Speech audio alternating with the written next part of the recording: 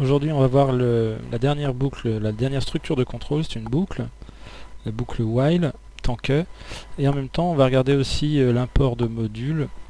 On va commencer d'ailleurs par ça, puisqu'en fait, pour l'instant, je vous ai montré simplement comment définir des fonctions qui font ce qu'on souhaite, avec argument ou pas, un ou plusieurs.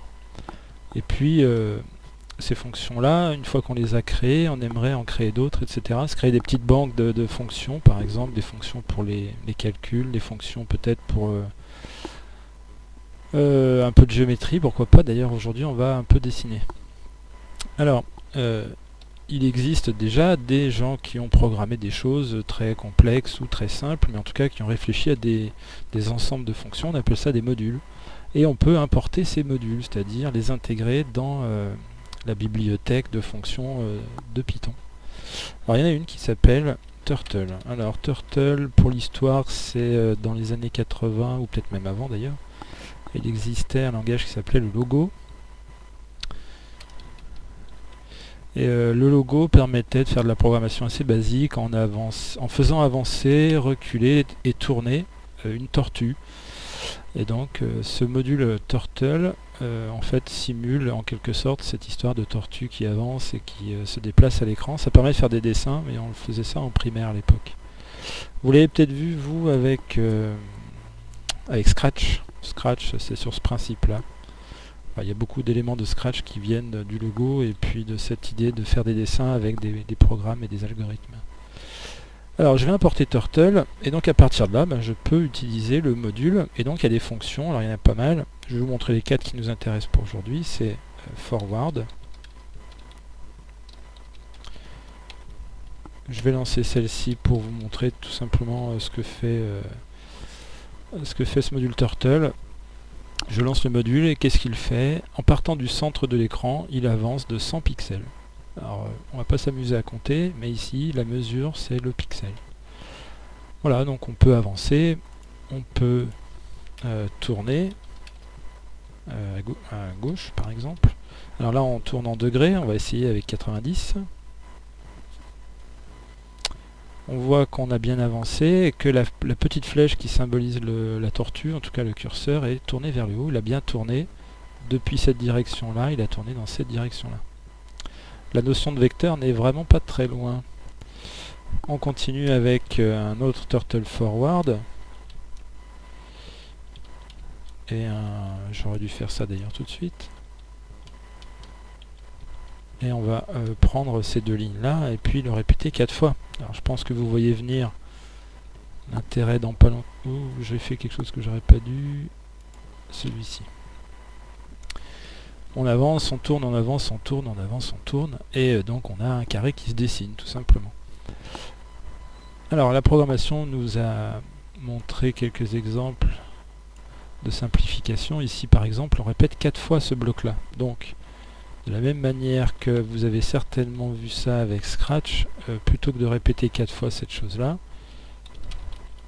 vous rappelez, j'espère, une boucle for qui va exactement faire la même chose, répéter 4 fois le bloc de 2 instructions, sauf qu'avec Scratch vous alliez chercher des briques de programme que vous faisiez glisser, que vous remplissiez. Là, ici c'est nous qui écrivons en quelque sorte ces briques, c'est quand même un tout petit peu plus gratifiant. Voilà, bon j'ai dessiné un carré, bon rien d'extraordinaire. L'idée ça va être plutôt d'aller dessiner des choses un peu plus intéressantes.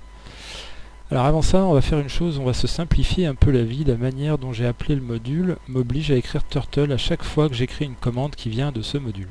Alors il y a une autre façon de l'appeler. Au lieu de faire import Turtle, on va faire from Turtle import étoile.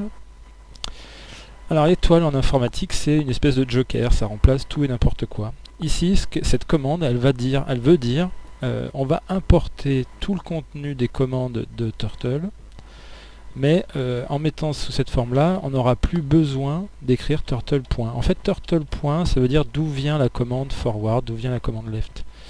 Le souci c'est si j'ai un autre module qui utilise aussi une fonction qui a été appelée left, parce que tout le monde ne s'est pas forcément mis d'accord, hein, ce sont des professionnels et des amateurs qui font ces modules, donc il n'y a pas un comité qui désigne comment on doit appeler les choses. quelqu'un a peut-être appelé left une autre fonction dans un autre module. Donc si je m'amuse à faire from turtle import étoile et puis avec un autre module aussi où il y a une fonction left, il y aura un conflit entre les deux, ou en tout cas il y en aura une des deux qui sera appliquée et pas l'autre. Je crois plutôt c'est une histoire de hiérarchie dans le programme, l'ordre dans lequel c'est appelé, il me semble. En tout cas on va avoir un souci, ça fera pas tout ce qu'on veut exactement comme on le souhaite. Donc les puristes n'aiment pas trop cette façon de faire, sauf que ici je n'appelle qu'un seul module, donc ça a tout son intérêt.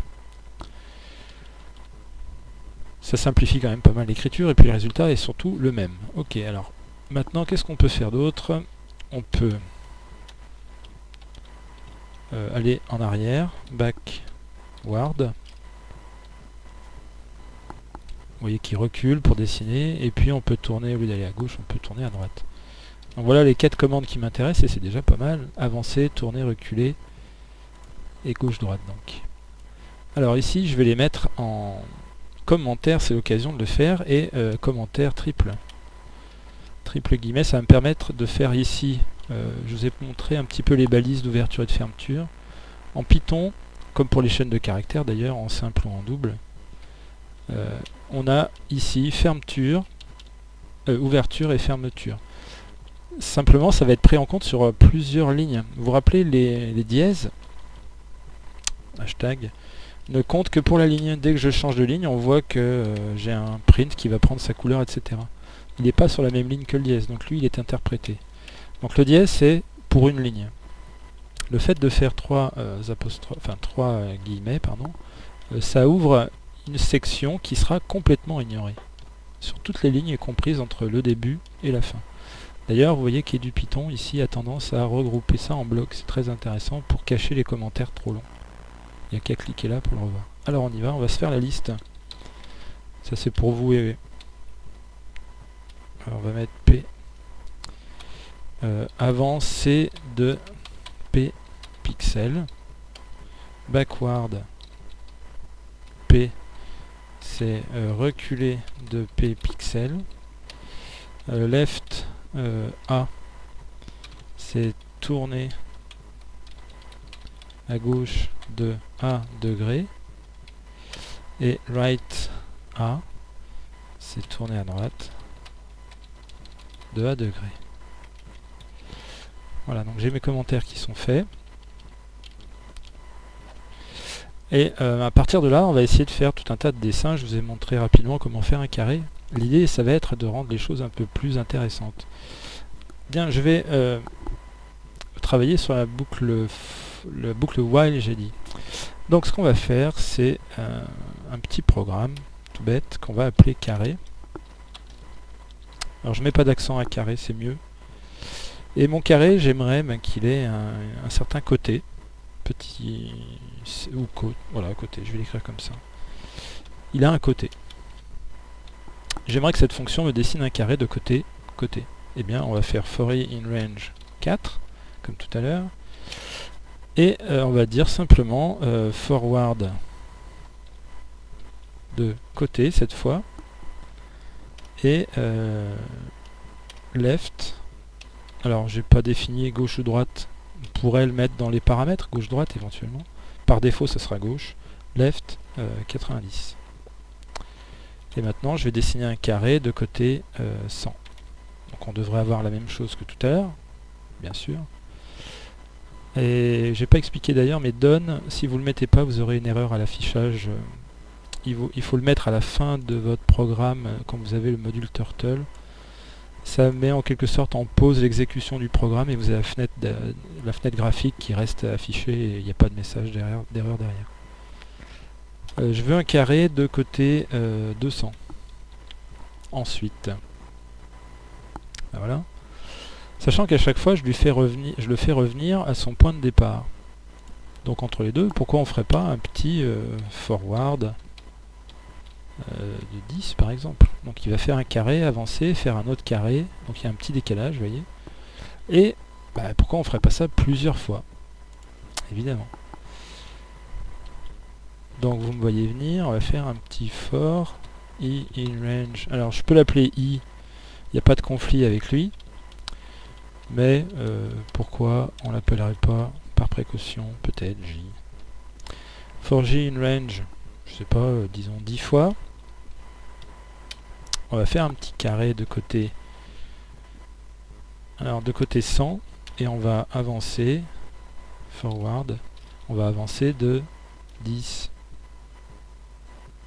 Et là on va mettre 100 plus 10 fois j.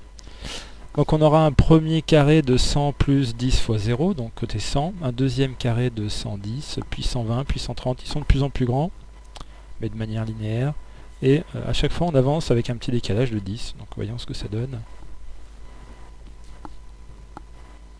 Donc ils sont de plus en plus grands, ils sont décalés, et donc vous voyez un petit peu cet effet de perspective en quelque sorte. Alors si vous êtes lassé de voir la tortue, justement, ne pas avancer très vite, je vous donne aussi cette commande qui peut être intéressante, c'est speed 0. En fait, on met au minimum le temps de latence entre deux affichages, ça va un tout petit peu plus vite. Pas du tout. Ah ben non, j'ai juste mis la commande. Il faut que je le mette ici, au début de mon programme, avant l'affichage. Speed 0. Je l'ai mis qu'en commentaire. Mais la vitesse max. Maximum. Ça sera un peu plus rapide, parce qu'on n'a pas forcément envie de... Et puis je crois qu'il y a une autre commande, acheter pour hide turtle, cacher la tortue. Au bout d'un moment on en a assez de voir cette tortue et je crois qu'on peut s'en passer. Voilà, donc ça fait juste le dessin. Allez, je vous en donne d'autres. Color, non, couleur, ça dessine en couleur. Donc red, yellow, vous essayerez, je sais plus ce qui est disponible, hein, les couleurs de base, hein, mais il y en a peut-être d'autres plus amusantes, je ne sais pas. Donc ici on va mettre color, red, je crois que c'est entre guillemets. Voilà. Bien, donc on a joué sur pas mal de choses, on peut jouer sur l'épaisseur, plein de choses, mais enfin je vais pas tout vous montrer, c'est pas le principe, mais au moins on peut jouer sur la couleur et ça rendra les choses plus agréables à regarder. J'ai enlevé le curseur et j'ai mis la vitesse au maximum, donc comme ça on se concentre vraiment sur l'affichage. Donc j'ai mon programme qui dessine des carrés. Alors l'idée ça va être donc d'explorer un petit peu ces options là. La première que je vous propose, c'est celle-ci, pour vous montrer les quelques possibilités qu'on peut s'ouvrir avec cette histoire-là. On peut, pour répéter ça 10 fois, on pourrait avancer et tourner. Et là, ça va devenir un peu plus intéressant. On va dessiner un carré de côté. J'ai pas envie de changer de taille. Par contre, on va faire un petit forward 10 et puis un petit left 36 degrés. Je vous laisse réfléchir pourquoi 36 le temps que je lance. Tout simplement qu'on va répéter 10 fois un affichage. Et ici, le fait de tourner 10 fois de 36 degrés, ce qui fait 360, ça donne une espèce de retour au point de départ, en quelque sorte. Ce qui n'est pas garanti, mais disons, en termes d'orientation, l'orientation est retrouvée par rapport à l'orientation d'origine. Au fait, l'orientation d'origine, elle est vers la droite, exactement comme dans Scratch. Par défaut, c'est, si j'avais une horloge, c'est vers 15 heures. Le bas, si on veut le mettre directement vers le haut, on peut le définir au début, mais ça fait partie des options que j'ai pas envie de développer. Il y en a beaucoup d'autres dont je parle pas ici. Bien, maintenant, ce qui va être intéressant ici, c'est de définir ça comme une fonction. En fait, il faut penser en termes de fonction. À partir du moment où vous faites des choses un peu répétitives, dites-vous bien que vous pouvez donner un nom à cette chose un peu répétitive. Alors ici, par exemple, j'aimerais déclarer une fonction, on va appeler ça spire.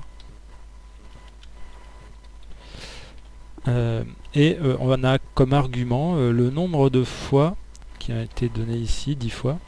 Donc ça, je le change. Et du coup, le carré de côté 100, bah, ça je peux le mettre en argument aussi. Donc je le remets là comme argument. Avancée de 10, bon bah ça peut être appelé comme le pas. Et enfin, l'angle, bah alors lui par contre, il est complètement dépendant. C'est 360 sur le nombre de fois que je souhaite tourner.